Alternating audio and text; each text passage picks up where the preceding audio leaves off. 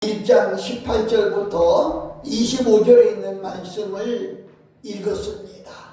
이 말씀을 읽으면서 오늘 제목을 성탄절과 마리아, 이런 제목을 정해봤습니다.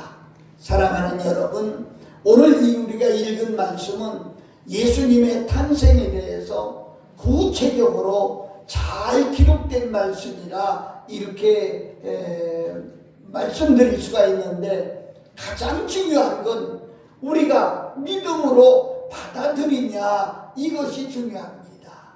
이 성경 말씀은 곧 하나님의 말씀이요, 하나님의 말씀은 영적으로 된 말씀이요, 이 말씀은 또 진실된 말씀. 그래서 이 말씀을 믿는 것이 중요하다, 이렇게 말씀드릴 수가 있겠습니다. 여러분, 성탄절을 맞이하면서 온 세상이 떠들썩합니다.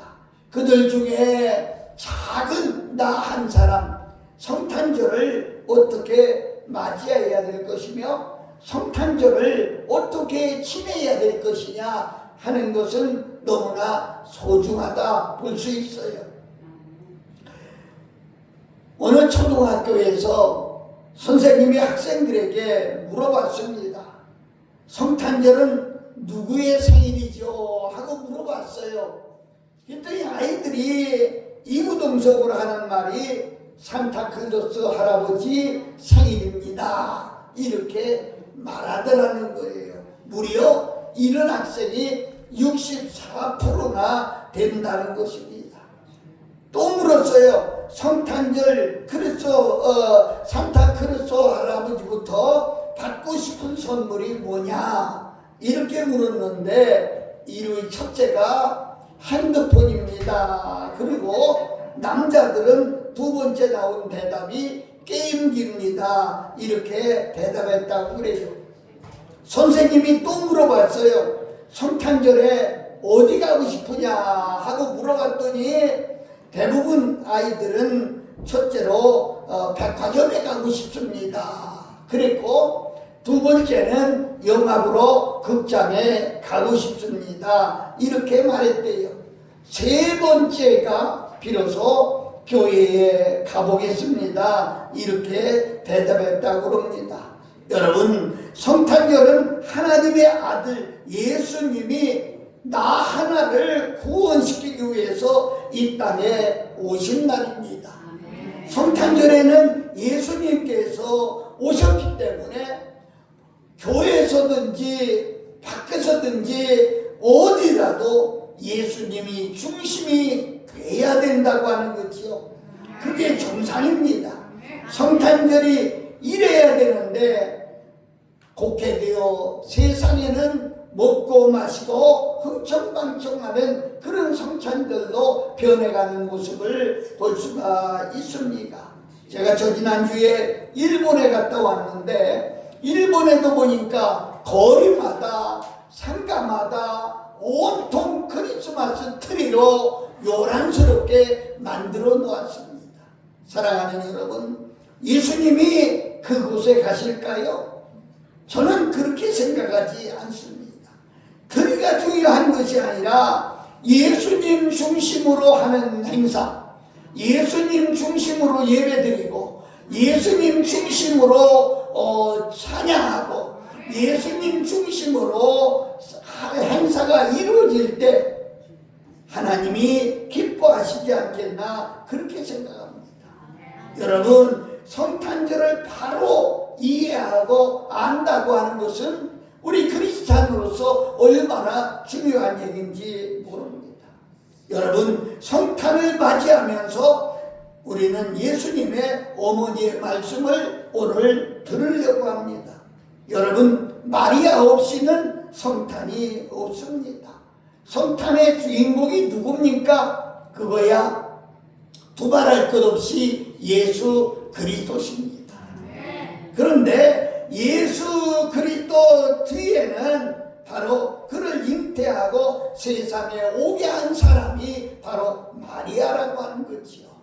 인류 역사를 보면 훌륭하게 된 사람, 큰 사람, 영웅인 사람, 뒤에는 반드시 엄마가 있었던 것을 봅니다. 그 엄마가 얼마나 훌륭하고 얼마나 참 기념되는지 알 수가 없습니다. 여러분, 마리아가 요셉과 정혼했습니다.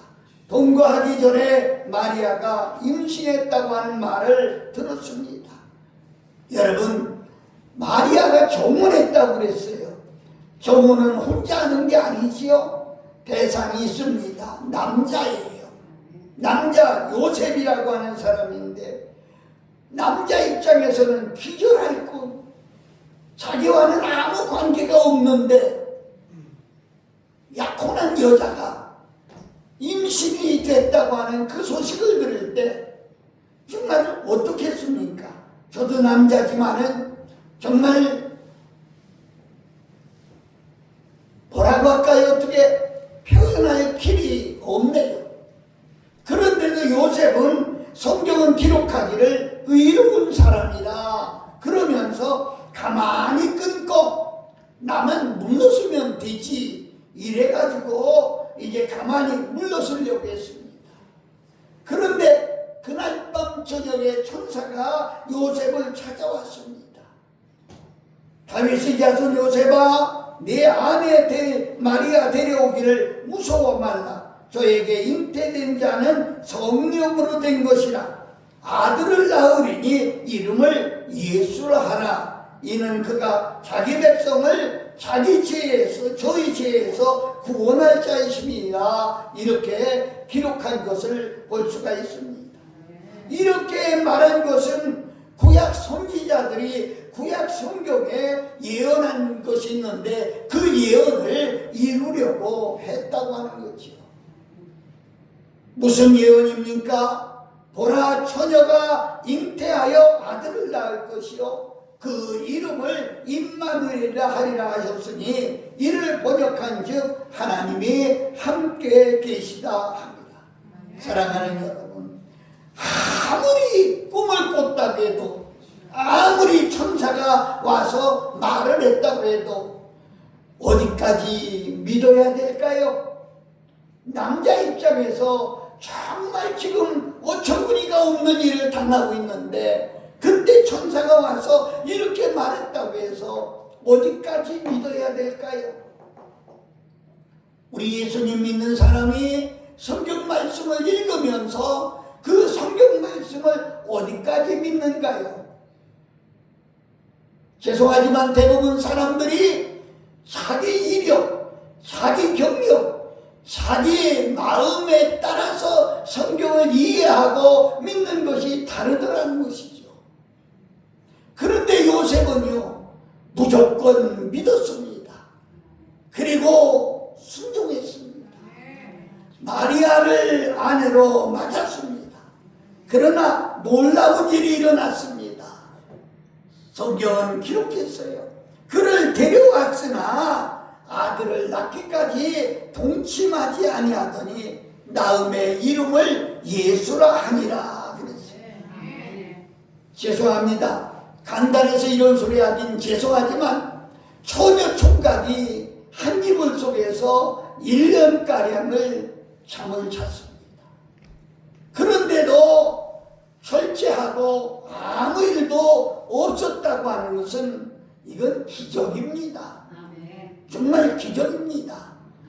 이번 성탄절은 마리아를 통해서 마리아, 예수님의 어머니 마리아가 하시는 말씀을 들으면서 우리가 은혜 받고 결단할 수 있는 시간이 되시기를 예수님의 이름으로 축복합니다. 첫째로 순종하는 마리아를 생각해 보자는 겁니다. 여러분, 마리아의 순종이 없었다면 성탄은 이야기할 수가 없었습니다. 마리아가 제일 먼저 말하는 것은 순종입니다. 마리아 없이 성탄 없습니다. 마리아는 순종의 사람이었습니다. 성탄의 본질은 순종입니다. 예수님이 이 땅에 오신 것 자체가 순종입니다. 하늘의 보좌를 버리시고 그리고 이 땅에 오셨어요. 그것도요, 대접을 받으려고 오신 게 아니고 높임을 받으시고 오신 것이 아니고 죄송합니다. 죽으러 오셨어요. 하늘 보좌에 멋지게 사실 수 있는 분이 여우도 굴이 있고 공중에 나는 새도 깃들 곳이 있지만은 인자는 머리 들 곳이 없다고 말씀하셨어요. 이렇게 고통스러운 이렇게 어려운 세상에 오셨습니다. 마태복음 20장 28절 말씀을 보면 인자가 온 것은 섬김을 받으려 함이 아니라 도리어 섬기려 하고 자기 목숨을 많은 사람의 대속물로 주려 합니다. 아멘. 예수님의 본질은 순종입니다. 저도 목회를 하면서 이렇게 보면은 참 어떤 분은요 말씀대로 순종하는 분이 있어요.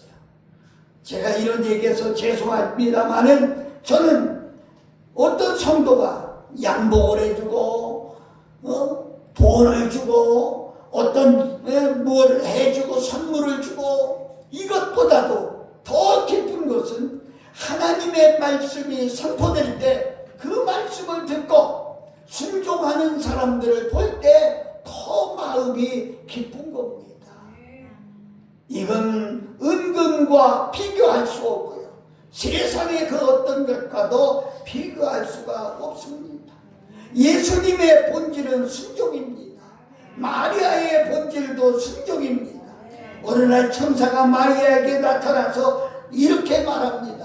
누가복음 1장 30절부터 33절 말씀을 보면 마리아여 무서워 말라 내가 하나님께 은혜를 입었느니라 보라 내가 수태하여 아들을 낳으리니 그 이름을 예수라 하라 저가 큰 자가 되고 지극히 높으신 이의 아들이라 일컬을 것이요 주 하나님께서 그 조상 다윗의 위에 저를 주시리니 영원히 야곱의 집에 왕노릇 하실 것이며 그 나라가 무궁하리라.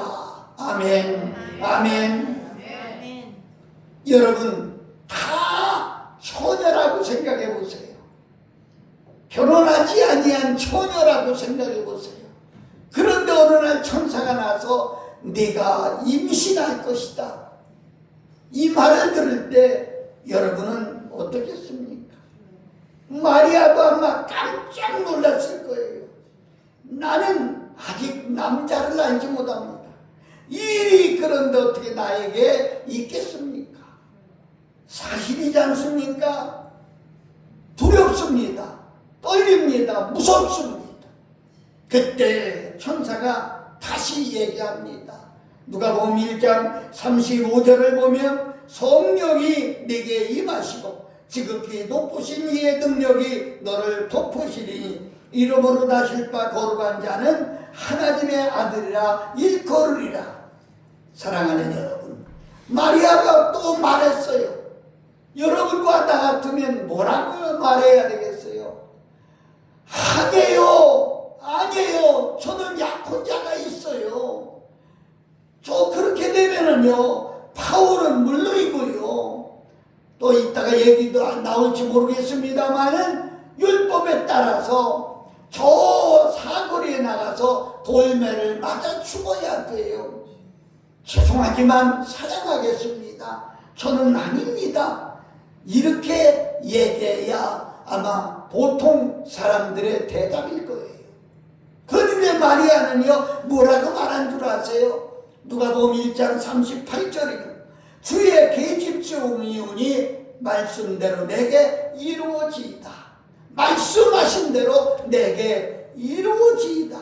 사랑하는 여러분, 좋은 일이든 힘든 일이든 하나님의 말씀이라면 그 말씀이 내게 임하기를 원하고 내게 이루어지기를 원하는 것이 성도의 본분 아니겠습니까?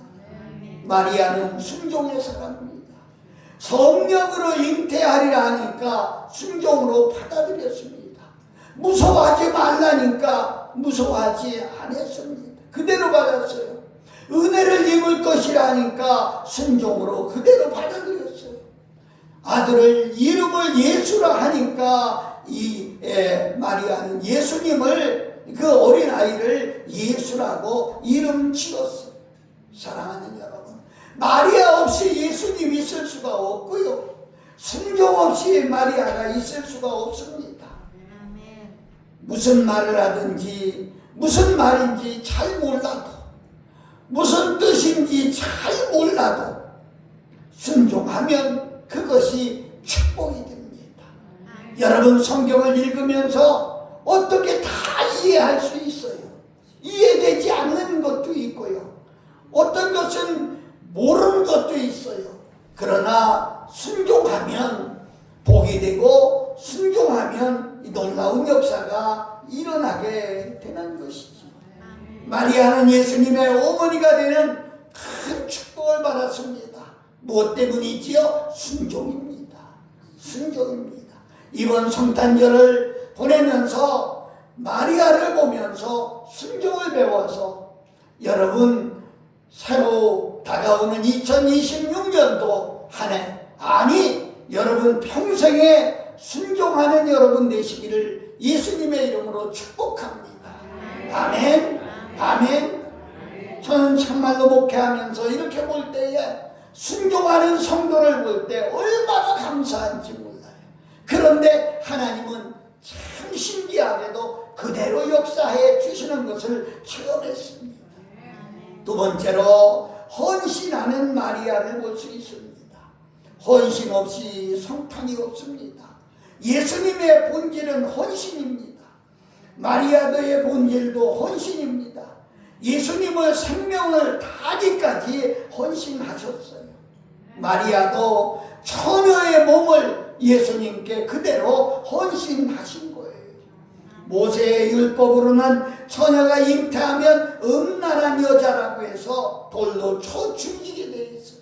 신명기 22장 23절부터 24절 말씀을 보면 처녀인 여자가 남자와 약혼한 후에 어떤 남자가 그를 성읍 중에서 만나 통간하면 너희는 그들을 둘 다 성문으로 끌어내고 그들을 돌로 쳐 죽일지니 그 처녀는 성읍 중에서 있어서도 소리 지르지 아니하였습니다. 그 남자는 그 이웃의 아내를 욕보였습니다. 너는 이같이 하여 너희 중에서 악을 제할지니라. 참 무서운 거예요. 그런데도 헌신했어요. 이 성전이 이렇게까지 이루기까지는 우리 김성만 목사님의 헌신, 또 성도 여러분의 헌신 때문에 이 성전이 지어진 거예요. 작은 것도 하나님께서 얼마나 기뻐하시겠는가. 저는 오늘 성전에 싹 들어오면서 의자가 예쁘게 놓여 있고 앞에 강대상도 나만 그런가요? 보기가 얼마나 예쁜지 몰라요. 앞에는 높이 십자가가 달려있고 정말로 저는 우리 담임 목사님이 올려놓은 카톡을 통해서 사진으로는 봤습니다. 그런데 와서 이렇게 보니까 너무 아름답고 좋은 거예요. 그런데 이렇게 된 것이 그냥 된 것이 아니에요. 바로 여러분의 헌신 때문이었어요. 정말로 얼마나 하나님께서 기뻐하실까 그런 생각. 여자분들이 있지만 여자가 한 아이를 출생하기 위해서는 280일을 헌신해야 되지 않습니까? 고통스럽고 어려워도 헌신하면 여러분 신기하지 않아? 아들, 딸을 쳐다보면서 야, 어떻게 해서 내 몸에서 이런 놈이 나왔을까? 신기하지 않아? 그런데 그 뒤에는 헌신이 있었다는 거지. 헌신이 뭡니까? 드리는 자, 몸신자, 몸을 드리는 것이 헌신입니다. 여러분도 있겠지만 종종 교회에서는 헌신 예배라는 이름으로 예배를 드릴 때가 있어요. 헌신, 몸을 드리는 예배예요.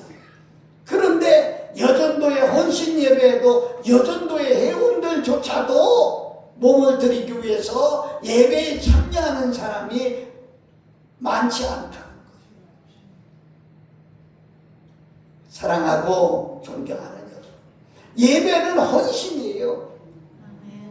이름을 내기 위한 것도 아니고 무엇을 받기 위한 것도 아니고 예수 그리스도가 나를 위하여 죽으셨기에 나도 예수님을 위해 헌신하는 마음, 이런 마음이었다 볼 수가 있어요. 계시록 2장 10절에는 죽도록 충성하라. 이 말은요, 몸을 들여 충성하라는 거예요. 헌신하여 충성하라. 그리하면 생명의 면류관이 있다고 말씀하고 있죠. 여러분에게는 다 헌신자가 되셨기 때문에 하나님이 생명의 면류관이 준비되셨을 것이라 이렇게 저는 보고 있습니다. 마리아는 죽음을 각오하고 예수님의 잉태를 받아들였습니다. 생명을 건 헌신이었습니다. 성탄의 본질은 헌신입니다. 저는 이 성전이 건축되면서 종종 우리 목사님들 여러분들을 만나볼 기회가 있었습니다. 저는 말은 안 했지만 우리 김 목사님을 보면서 얼마나 힘들까. 보고 간 뒤에는 기도가 안 나올 수가 없어요. 그래서 참 뜨겁게 기도하고 마음 바쳐 기도했습니다. 이 성전을 통해서 하나님이 수많은 성도를 잉태해서, 제가 이렇게 보니까요, 공단 지역이라 애국 사람이 많을 것 같아요.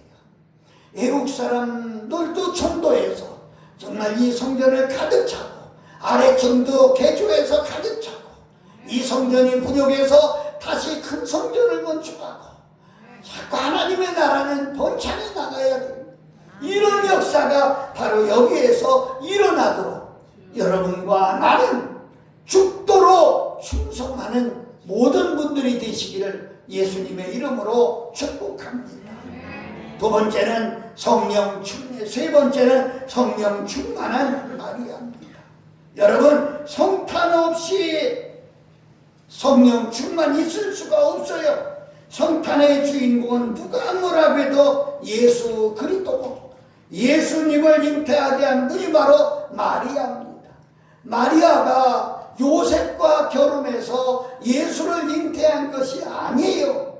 바로 마리아는 성령과 결혼해서 예수를 잉태한 것이 되었습니다. 누가복음 1장 15절에 보면 성령이 네게 임하시고 지극히 높으신 이의 능력이 너를 덮으시리니 이러므로 나실 바 거룩한 자는 하나님의 아들이라 일컬으리라 그랬어요. 우리는 흔히 인카네이션 이렇게 말들을 하지요. 쉽게 설명해서 성령으로 나신 분이에요.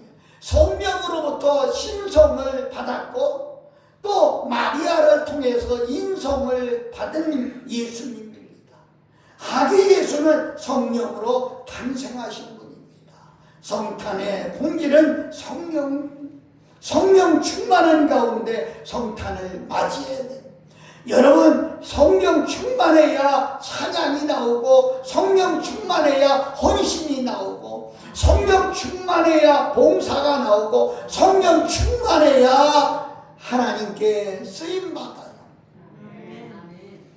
모두가 우리는 이번 성탄절에 성령 충만하시기를 예수님의 이름으로 축복합니다.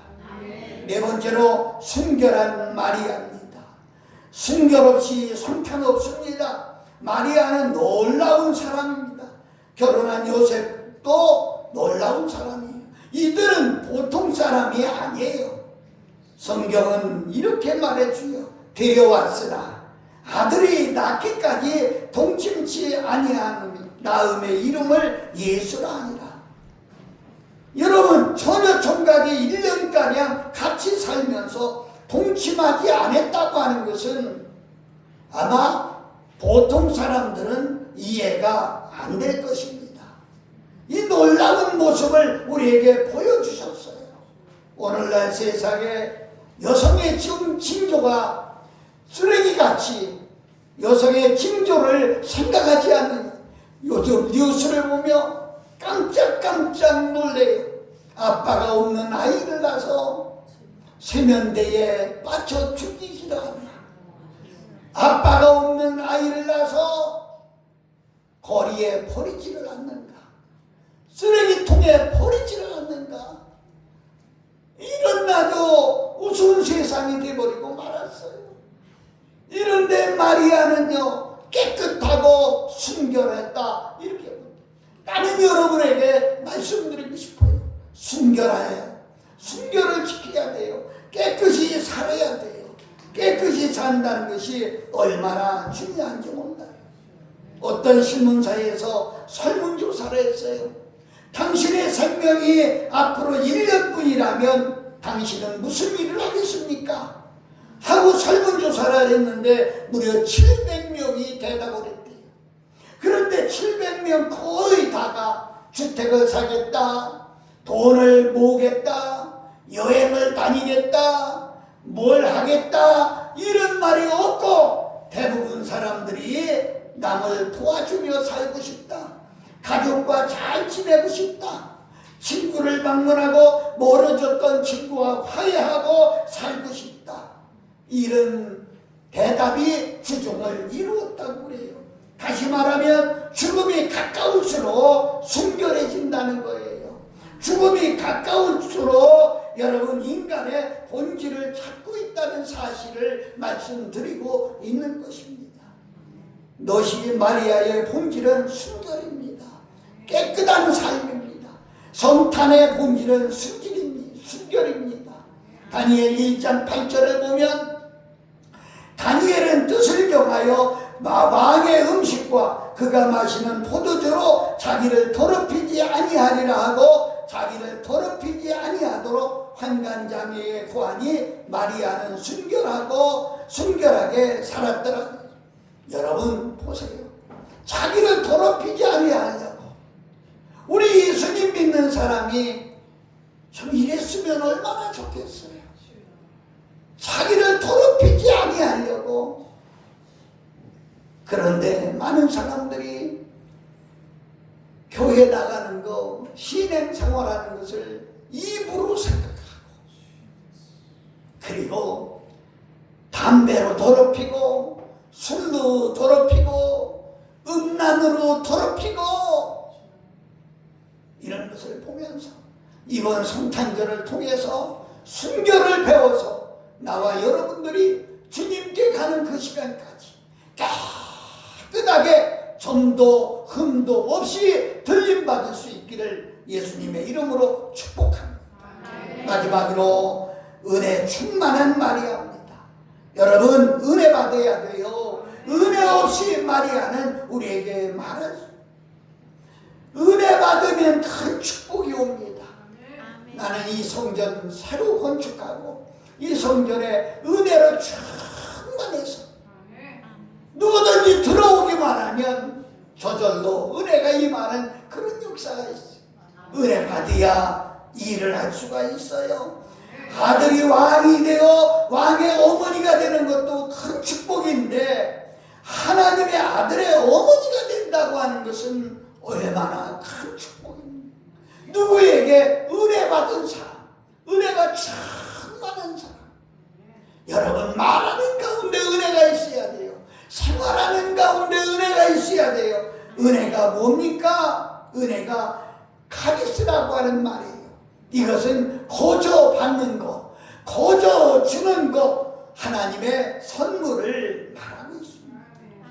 사랑하는 여러분, 마리아는 한 번도 예수님 어머니가 되겠다는 마음을 먹은 적이 없어요.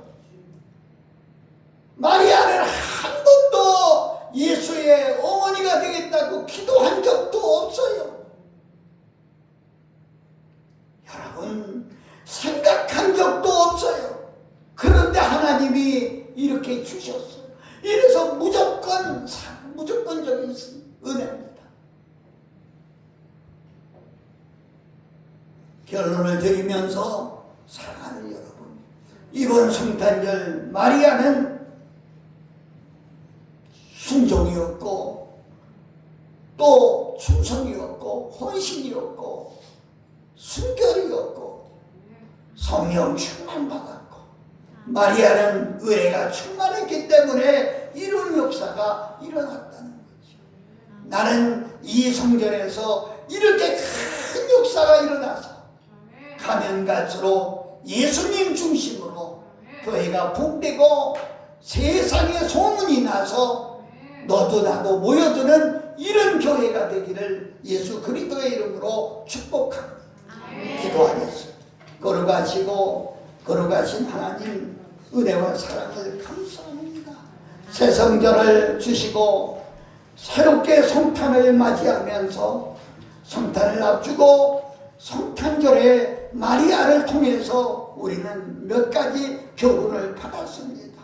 이 말씀을 마음에 두고 우리가 살아갈 수 있도록 축복하여 주시옵소서. 우리 주 예수 그리스도의 이름으로 축복하고 기도하옵나이다.